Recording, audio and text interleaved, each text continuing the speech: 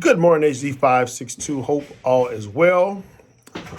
We're here again. We're moving right along. If you hear a lot of noise in the background, that's my gym with some reconstruction that's happening in there. So if you hear the nail guns popping and going on, that's all that's what we have going on here today. So anyway, let's get right into HD562 for discussions 4 and 5 and reference paper number 3.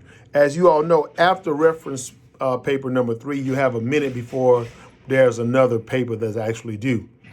But just know that I've been reading all of your papers, and I must say, in my years of teaching here, these are some of the best papers that I've read. Is no reminding students of how to write in APA form or what to do, no sending out videos. You all have knocked it out the park, and trust me, I appreciate you for all of that, because if I have a pet peeve, that's one of them. But you all are doing a wonderful job, and I enjoy reading what you all have to write. But with understanding that, knowing that your reflection paper 3, by now you should see, you should have a different outlook on your newfound self-awareness, learning and critical thinking skills from what you've read, which with the personal voices, with the videos that I've shared, and the next actions. Now, just know that you deal with this every day. And right now, what you're probably dealing with, or what society is dealing with now, is that post-COVID, the mental, the traumatized individuals that, think about this. Before COVID, people were free to move, to do whatever. Once COVID hit, so many people the narrative was that they wanted you to be afraid. And a lot of people were afraid. You had to cover up, you had to stay inside. Life was not normal. So when you think about it, you think about from your readings how that has changed the way you view things. Even when you write your reference papers, your reflection papers, you should look at it differently from reflection paper 1 to now, because we think differently. I had a conversation with a parent today who her son is being homeschooled, and he's having trouble to now he wants to drop out. And I asked her, so if he's 16, 17, I said, so how was his attitude before COVID? Was he sociable? Was he out? Did he have friends? All of the above. And she said yes. But so whenever I talk about trauma, the trauma set in because he was locked in. So think about a 12, 13-year-old that started playing in pre-K. Now it's 6th, 7th grade, and you're still playing. And by the time you get to 8th grade, 9th grade, 10th grade, everything goes. Oh, we're going to kick it back up again in your 11th grade year. You don't have those social skills because each year you're picking up something new. So when you're picking up something new, it translates into who you are as a person. Then if you're being homeschooled, to his mother's defense, I get it, because everybody was afraid.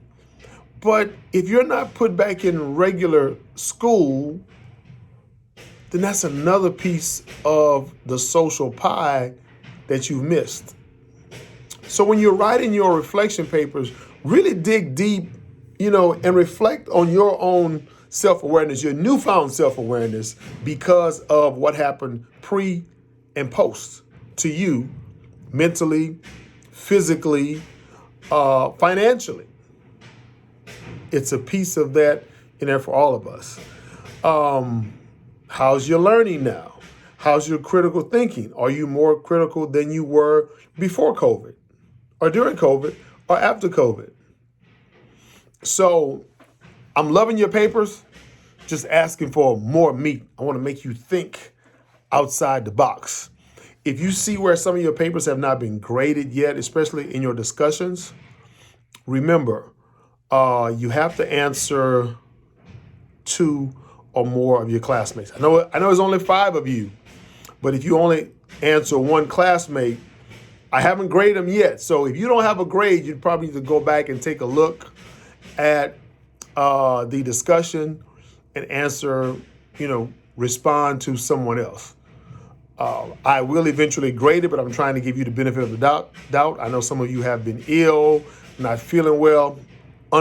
Understand, as long as you let me know, you won't be deducted any points, and it's game as normal. So with that being said, I'm thinking about doing a Zoom on Saturday morning, maybe later Saturday afternoon. If not, I will put out another video for you all. If we do something this Saturday, I would say 11:30. 11:30 this Saturday. So be checking your announcements. If you have a Zoom link for 11:30, you know that it's 11:30. If not, then we won't have it, and I'll move it to another week. But just know this, these Zoom calls are not mandatory. It's just if you have any questions. And if you don't have any questions, rather than me having a Zoom and putting it up there, if you would like to just call me directly or just text me, you can text me, email me, or call me and leave me a message, and then we can talk one-on-one, rather than trying to inconvenience people that may not have a chance to, or if it's just 1 or 2 of you like before, then it's no need to do it. I'm doing it for you all if you have any questions that you like to ask myself and the class, and if you're expecting feedback. I have no issue. So just let me know individually. It's 5 of you, so it'll go quick. So again, personal voices, next action for discussions 4 and 5, and your reflection paper, that's all due. Hope everything is going well for every one of you. Hope you feel better, those of you that are sick, and we'll talk soon. Have a good day.